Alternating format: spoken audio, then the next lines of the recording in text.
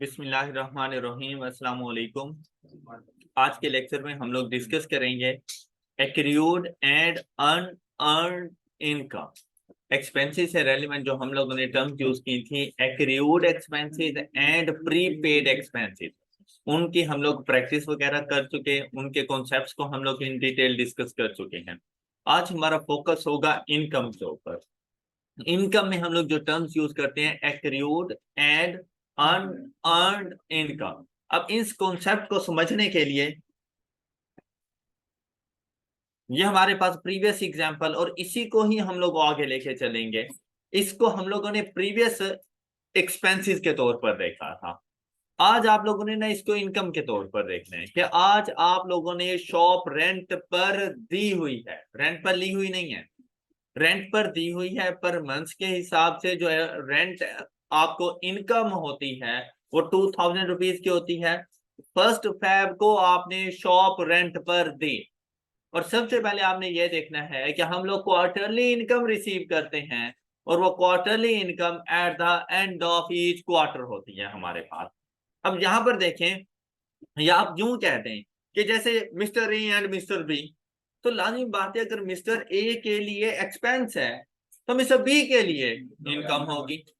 हम लोग इससे पहले मिस्टर ए की सारी अकाउंटिंग कर रहे थे, आज मिस्टर बी की अकाउंटिंग कर लेंगे, तो उसने अपने पास ये तमाम अमाउंट्स इनकम के तौर पे रिकॉर्ड करनी है। हम लोग अब इनकम, आपको क्वेश्चन की समझ आ गई होगी कि हमारे पास डाटा क्या है। 1 फरवरी से ही हम लोगों ने स्टार्ट करना है। मिस्टर बी का भी जो अकाउंटिंग रेंट है वो 31 दिसंबर ही है, और हम लोग डिस्कस जाके करेंगे। आज जो हम लोगों ने अकाउंट बनाना है वो rental income account.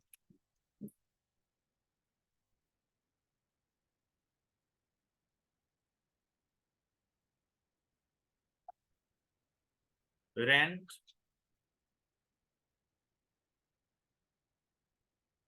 Income account.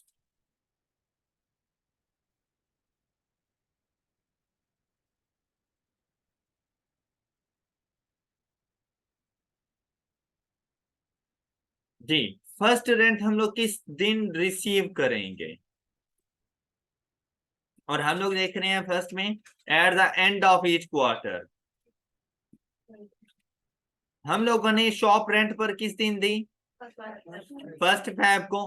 First quarter किस दिन एंड होना है हमारे पास, जी 30 अप्रैल को। फेब, मार्च, अप्रैल। अब देखें, 30 अप्रैल को मिस्टर ए ने कैश पे किया।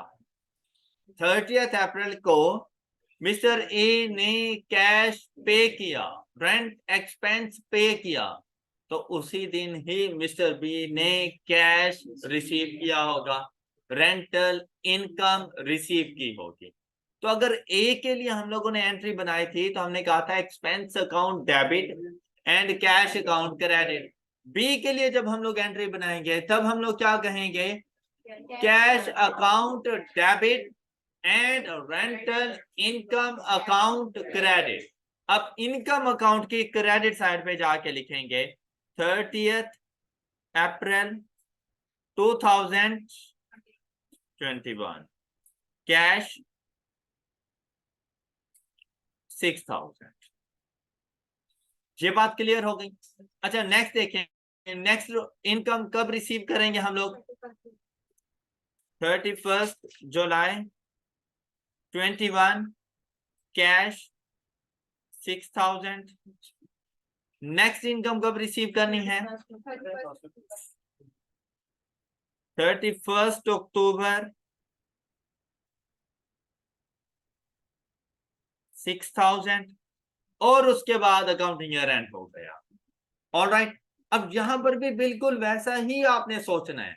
देखिए, बेसिक सा फार्मूला, बेसिक सा मेथड, बेसिक सा कॉन्सेप्ट कि आपने शॉप, अब अपने आप को समझे कि आप रेंटल इनकम अर्न कर रहे हैं। आपने शॉप कब रेंट पर दी थी, आज कौन सी डेट है, 31 दिसंबर। साल कंप्लीट हो गया, कितने मंथ्स हो गए आपको शॉप रेंट पर दिए हुए, 11 मंथ्स। 1 फरवरी को दी थी ना, 11 मंथ्स। तो 11 मंथ्स की इनकम क्या बनती है आपकी, at a rate of 2000 per month. 22,000।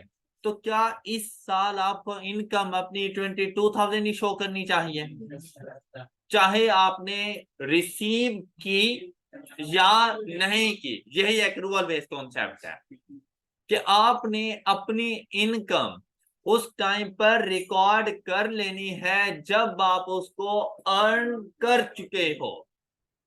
Alright, जब आप उसके हकदार बन जाते हो। जबकि इनकम जो आपने रिसीव की हुई है वो जस्ट 9,000 की है, ना सॉरी 9 मंथ्स की है, 18,000 रुपीज। और अगर आप लोग 18,000 बताओगे, इट मींस दैट आप अपनी इनकम को अंडरस्टेट कर रहे हो, क्या आप नवंबर एंड दिसंबर की इनकम को शो नहीं कर रहे, जबकि 21 में ही आनी चाहिए। ईयर 21 31 दिसंबर 2021 में ही वो इनकम शो होनी चाहिए। तो आपको इनकम कितनी रिकॉर्ड करनी पड़ेगी? 22,000। तो आप यहां पर जाकर प्रॉफिट और लॉस अकाउंट में 22,000 रिकॉर्ड कर दें। और ये 22,000 कैसे आया आपके पास? 11 मल्टीप्लाइड बाय, अब देखो मैंने बैलेंसिंग वैल्यू के तौर पे इसको नहीं लेकर आया, मैं इसको थ्रू कैलकुलेशंस लेकर आया हूं। और कैलकुलेशन कैसे किया है? 11 मंथ्स, फर्स्ट फेब से 31 दिसंबर तक, and at a rate of 2,000 per month. तो मेरी इनकम बन गई 22,000। अब आप अपने लेजर को जाके क्लोज कर लें। लेजर को जब क्लोज करेंगे तो कौन सी साइड ग्रेटर है आपके पास? Debit side. तो यहां पर 22,000 आपके पास आ जाएगा, फिर यहां पर भी 22,000। और देखो बैलेंसिंग वैल्यू के क्रेडिट साइड पर कितनी अमाउंट से? अच्छा, क्या ये ऐसा है कि जैसे आपने इनकम अर्न कर ली लेकिन अभी तक रिसीव नहीं की, तो ऐसी इनकम को हम लोग कहते रहते हैं एक्रूड इनकम।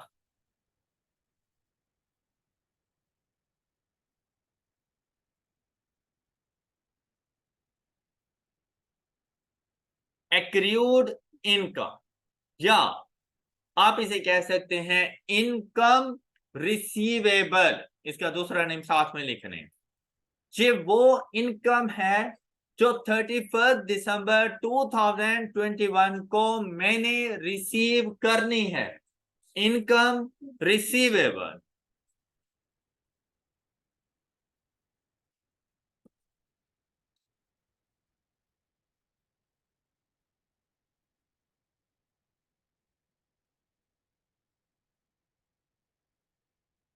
इनकम रिसीवेबल के तौर पर। और आप देखिए इसकी क्लोजिंग आपने कौन सी साइड पर की है? इनकम अकाउंट की क्रेडिट साइड पर, इनकम अकाउंट की क्रेडिट साइड पर। और अगर क्लोजिंग क्रेडिट साइड पर हो तो ये आपका एसेट होता है या लायबिलिटी होती है? तो ये आपका करंट एसेट है। आपकी स्टेटमेंट ऑफ फाइनेंशियल पोजीशन के अंदर ये आपके करंट एसेट्स के तौर पे जाके रिकॉर्ड होगा, एक्रूड इनकम या इनकम रिसीवेबल के तौर पर। और आपकी प्रॉफिट और लॉस स्टेटमेंट के अंदर 22,000 इनकम के तौर पे रिकॉर्ड हो जाएगा। ये बात क्लियर हो गई सब बच्चों को? अब देखें ईयर एंड एडजस्टमेंट, आप क्या कर रहे हो, क्या जर्नल एंट्री रिकॉर्ड कर रहे हो इसके लिए? Year and adjustment journal entry क्या रिकॉर्ड कर रहे हो? Accrued income account debit and rent income account credit. Alright, accrued income account debit and income account credit, ये अकाउंटिंग ईयर एंड एडजस्टमेंट है कि आप लोगों ने सर्विसेज प्रोवाइड कर दी हैं लेकिन उसके अगेंस्ट अभी तक आप लोगों ने अमाउंट रिसीव नहीं की। ऑलराइट, नेक्स्ट देखें, अगर हम लोग अगले साल जाएंगे तो अगले साल सबसे पहले यहां से ओपनिंग करेंगे एक्रूड इनकम।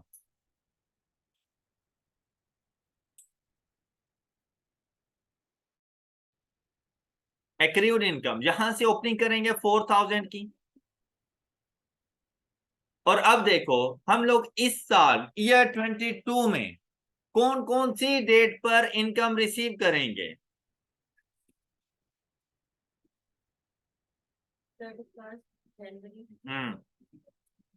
31 जनवरी को, नेक्स्ट 30th अप्रैल,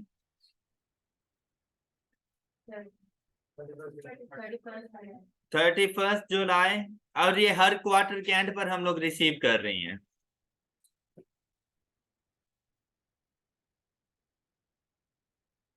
हाँ जी, 31 अक्टूबर,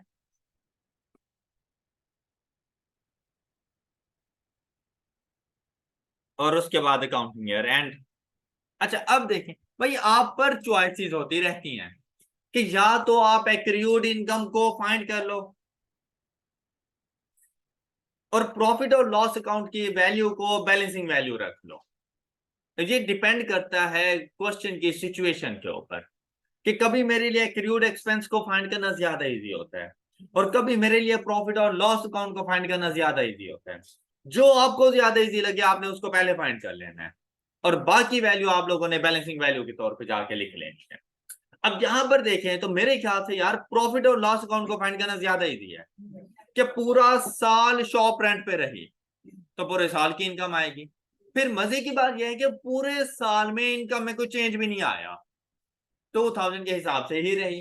हालांकि इन फ्यूचर आप लोग जाके देखेंगे कि आप इस इनकम को एक्सपेंस को इंक्रीज करेंगे। पार्ट ऑफ द ईयर कुछ और इनकम होगी जैसे 2000 and rest of the year 2200 हो जाएगी, 2500 हो जाएगी। उसके मुताबिक जाके कैलकुलेशंस करेंगे। लेकिन अभी के लिए देखा जाए तो फिर प्रॉफिट और लॉस अकाउंट की वैल्यू ज्यादा अच्छी है कि पूरा साल जो सही 12 मल्टीप्लाइड बाय 2 तो इनकम कितनी बनेगी मेरी? 24,000। यहां पर जाकर आप लोगों ने वो लिख देनी है, प्रॉफिट और लॉस 12 मल्टीप्लाइड बाय 2000, 24। अब जाके लेजर्स अकाउंट को क्लोज करो। तो यहां पर अगर आप लोग देखें तो आपके पास डेबिट साइड का टोटल आ रहा है 28,000, क्रेडिट साइड का टोटल भी 28,000 कर देंगे। अब देखिए बैलेंसिंग वैल्यू क्रेडिट साइड पर 28,000 करने के लिए क्रेडिट साइड पे 4,000 लाना पड़ेगा और यहां पर अगर आ जाए तो इसका क्या नाम होता है? एक्रूड इनकम या इनकम। और ये हमारी बैलेंस शीट के अंदर करंट एसेट के तौर पर रिकॉर्ड हो जाता है और 24,000 हमारे प्रॉफिट और लॉस अकाउंट में इनकम के तौर पर रिकॉर्ड हो जाता है। All right.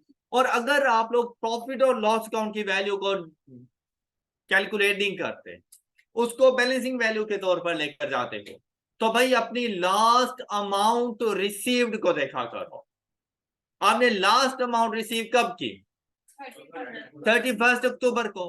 फिर ये देखो कि इस अमाउंट का ताल्लुक कौन से टाइम ड्यूरेशन से है, अक्टूबर तक के लिए है। ऐसे ही है ना, ये जो आपने अमाउंट रिसीव की है आपने अक्टूबर तक की अमाउंट रिसीव किया है, क्वार्टर के एंड पे जाके आप लोग अमाउंट रिसीव कर रहे हैं। अक्टूबर तक की आप लोगों ने अमाउंट रिसीव कर ली। उसके बाद नवंबर एंड दिसंबर आप लोगों ने सर्विसेज प्रोवाइड कर दी लेकिन अमाउंट रिसीव तो 2 मंथ्स एक्रूड इनकम, तो 2 मंथ्स के कितने बन जाएंगे? 4,000, वो जाके लिख लो। और फिर प्रॉफिट और लॉस अकाउंट की वैल्यू 24,000 आपके पास बैलेंसिंग वैल्यू। ऑल राइट, ये कॉन्सेप्ट सब बच्चों को क्लियर हो गया। अच्छा अब इसी को जाकर हम लोग देखते हैं कि अगर हम लोगों ने इनकम को रिसीव किया हुआ है इन एडवांस, इनकम को रिसीव किया हुआ है इन, यहां पर थी इनकम को रिसीव किया हुआ था इन एरियर्स या end of the quarter, in arrears. अब इनकम रिसीव करेंगे in advance of each quarter. All right, एक और इनकम अकाउंट बना लें।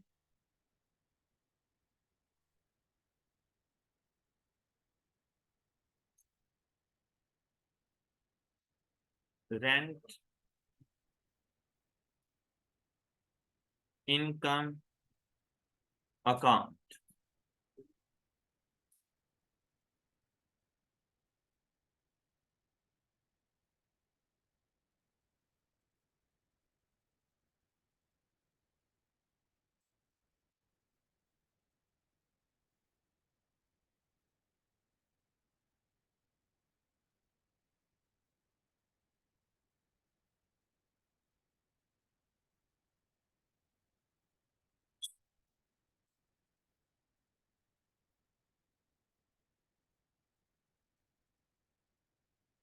अच्छा, अब पहली पेमेंट हम लोगों ने किस दिन रिसीव करनी है?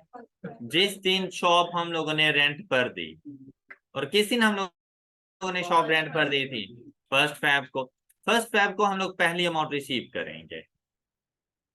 1 फरवरी 21 कैश 6000। जी नेक्स्ट।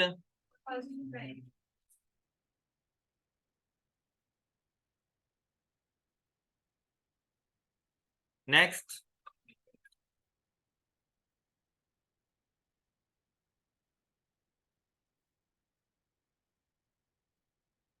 6000 फर्स्ट।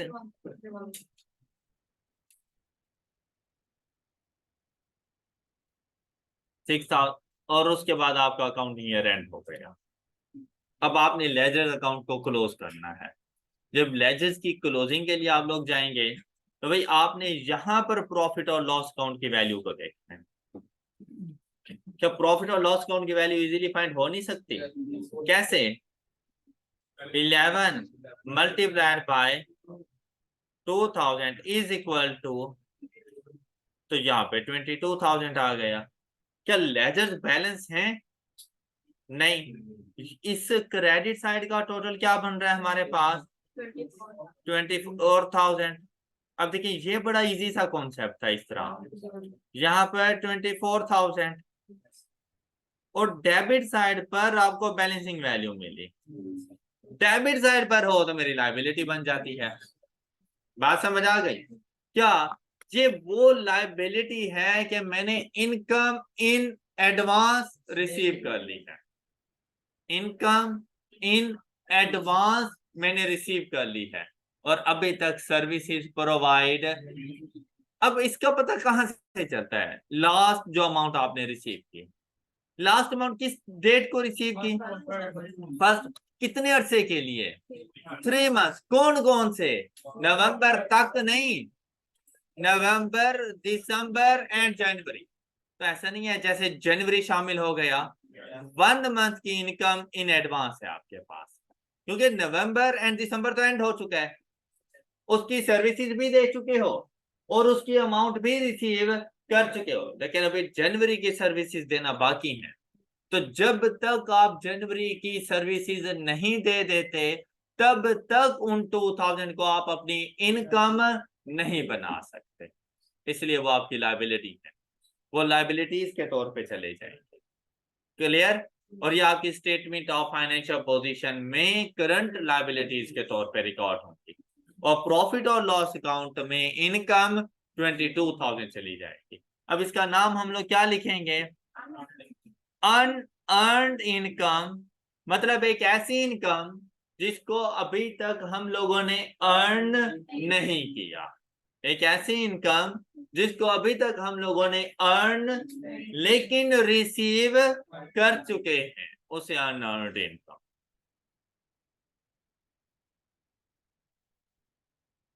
अनअर्न्ड इनकम का दूसरा नेम क्या है? Advance income. प्रीपेड का वर्ड बहुत कम यूज करते हैं, एडवांस का वर्ड। एक्सपेंसेस के लिए प्रीपेड और इनकम के लिए इनकम इन एडवांस। ऑलराइट, दोनों के मीनिंग सेम है, लेकिन सिर्फ ये कि एक्सपेंसेस के लिए हम लोग एडवांस एक्सपेंस नहीं कहते, उसको प्रीपेड एक्सपेंस। और इनकम को हम लोग प्रीपेड इनकम नहीं कहते, इनकम इन एडवांस कहते हैं। ऑलराइट, और जो ज्यादा कॉमन वर्ड होता है वो होता है अनअर्न्ड इनकम। तो आपने ना दोनों नेम याद रखने हैं। आपके एमसीक्यूज में कुछ भी आपसे पूछा जा सकता है। एक्रूड इनकम या इनकम रिसीवेबल, अनअर्न्ड इनकम या इनकम इन एडवांस।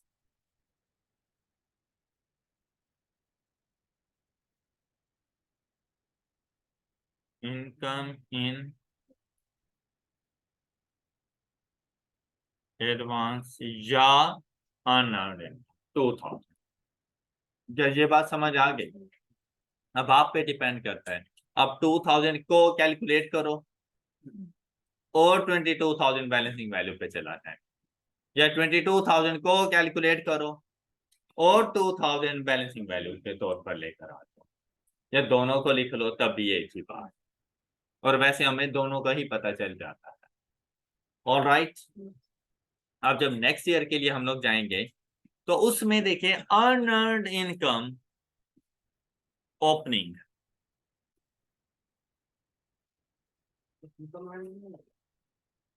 नहीं की अर्न, अनअर्न मतलब अभी तक अर्न नहीं की, सिर्फ रिसीव की है, इसीलिए लायबिलिटी है।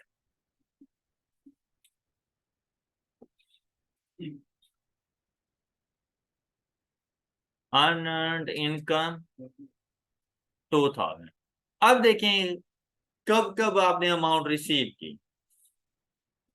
1 Feb 22, 1 May 22, 1 August and 1 November। Cash 6,000।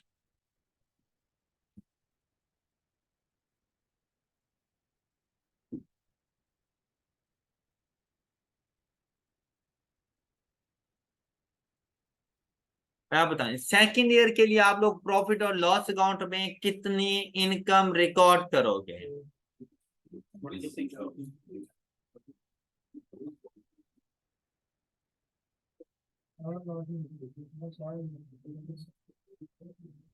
24,000। अब अगर आप लोग इस लेजर को क्लोजिंग के लिए लेकर जाओ तो क्रेडिट साइड का टोटल आपको ग्रेटर नजर आया, और क्रेडिट साइड का टोटल है आप लोगों के पास 26,000, जबकि डेबिट साइड का टोटल कितना है अभी तक 24,000। तो ये 26,000 ही आप लोगों ने यहाँ पर लिख देना है, 26,000। All right. अच्छा, और यहाँ पर 24 था तो आपके पास बैलेंसिंग वैल्यू 2,000। अब अगर ये क्लोजिंग आपके पास डेबिट साइड पर है तो आपकी लायबिलिटी, और इनकम में लायबिलिटी का क्या नाम होता है, अनअर्न्ड इनकम। जी, एनी क्वेश्चन। क्या ये दोनों कॉन्सेप्ट क्लियर हो गए, unearned income and accrued income, पढ़ लिया सब बच्चों ने। अब चलते हैं एक कंबाइंड अकाउंट की तरफ। कंबाइंड अकाउंट में आप लोगों ने दोनों कॉन्सेप्ट्स को एट अ टाइम जाके अकाउंट फॉर करना है। एक अपने पास आप लोगों ने इनकम का अकाउंट बना लेना है। सबसे पहले इनकम के लिए जो हम लोगों ने कंबाइंड अकाउंट बनाना है,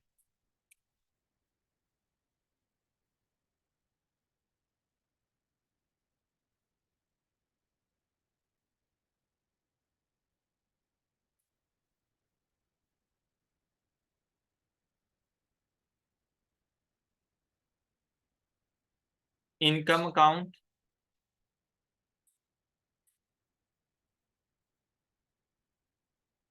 अच्छा, अब देखिए सबसे पहले आपने कैश रिसीव किया, इनकम के लिए कैश रिसीव किया, इसकी जर्नल एंट्री क्या बनेगी आपके पास, cash account debit and income account credit. ये आप लोगों ने यहाँ पे रिकॉर्ड। आपको याद है एक्सपेंस का कंबाइंड अकाउंट बनाते हुए भी मैंने आपसे कहा था कि जिस साइड पर कैश होता है उसकी अपोजिट साइड पे प्रॉफिट और लॉस अकाउंट आ जाता है। तो यहाँ पर भी बिल्कुल वैसे ही। अब देखिए अगर आप लोग कैश लिख रहे हैं क्रेडिट साइड पर तो प्रॉफिट और लॉस अकाउंट कहाँ पर आ जाएगा, डेबिट साइड, ये प्रॉफिट और लॉस अकाउंट। कि आप लोगों ने इस साल करंट ईयर की टोटल इनकम अपनी इनकम स्टेटमेंट के अंदर क्या रिकॉर्ड करनी है, उसका पता आपको डेबिट साइड से चलेगा। क्लियर ये बात? अच्छा, ये जर्नल एंट्री आपके पास क्या बन रही है? Income account debit and profit और लॉस अकाउंट क्रेडिट। ये बात क्लियर हो गई। अब चलते हैं कि भाई इनकम की सिचुएशन में या तो आपको एसेट मिल सकता है, या इनकम के एसेट का क्या नेम होता है? Accrued income. इनकम में एसेट, इसका क्या नाम होता है? एक्रूड इनकम या इनकम रिसीवेबल। और इनकम में लाइबिलिटी का क्या नाम होता है? अनअर्न्ड इनकम या इनकम इन एडवांस। अब बिल्कुल सिंपल सा फार्मूला है कि अगर एसिड है तो ओपनिंग डेबिट साइड पर और क्लोजिंग क्रेडिट साइड पर। एसिड का क्या नेम था हमारे पास? तो एक्रूड इनकम का ओपनिंग एक्रूड इनकम या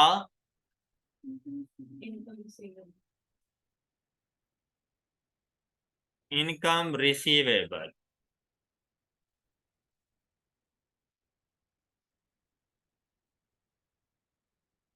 एक्रूड इनकम या इनकम रिसीवेबल। तो क्लोजिंग इधर आ गया आपके पास, एक्रूड इनकम। जी, लाइबिलिटी का क्या नेम था? Unearned income. ओपनिंग कौन सी साइड पर? Unearned income. और इसका दूसरा नेम क्या है हमारे पास? Income in advance.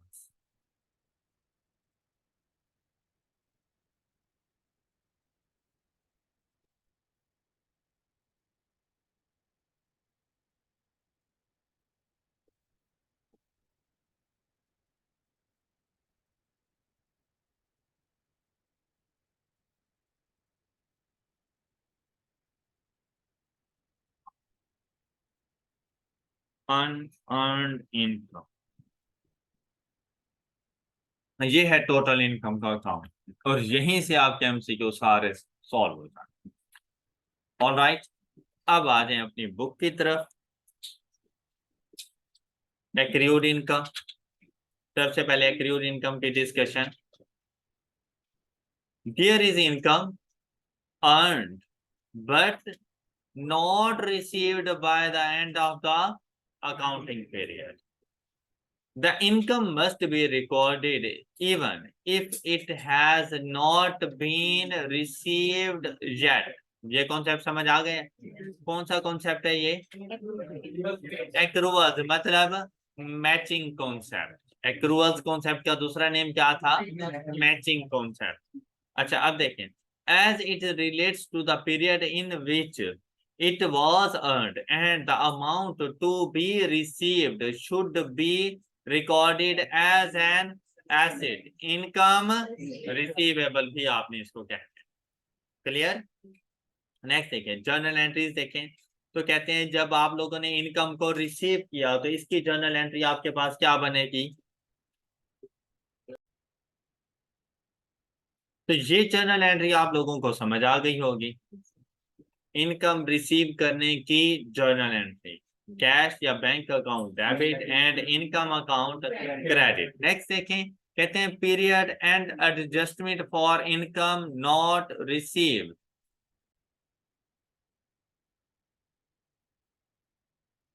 Period and adjustments,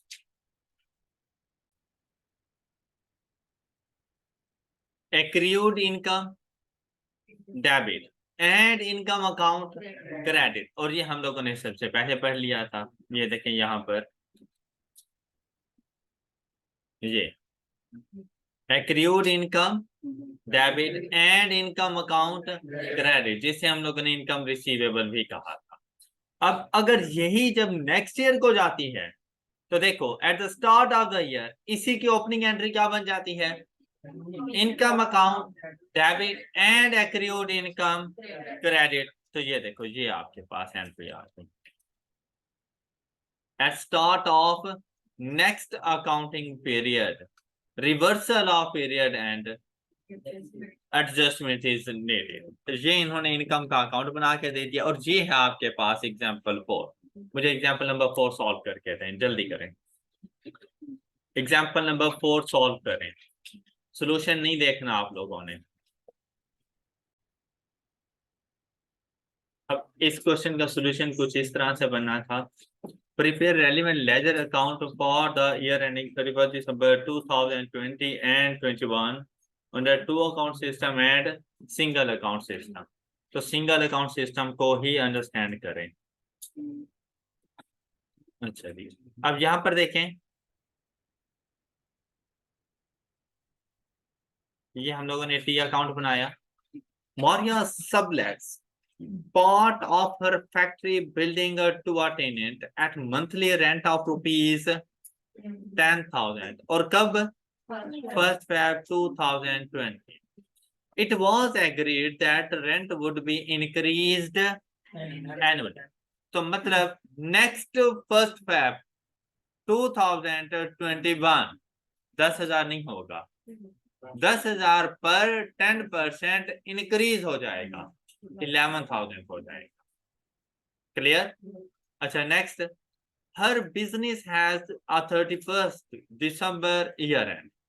during the year ending 31st December 2020 she received rent rupees 100,000।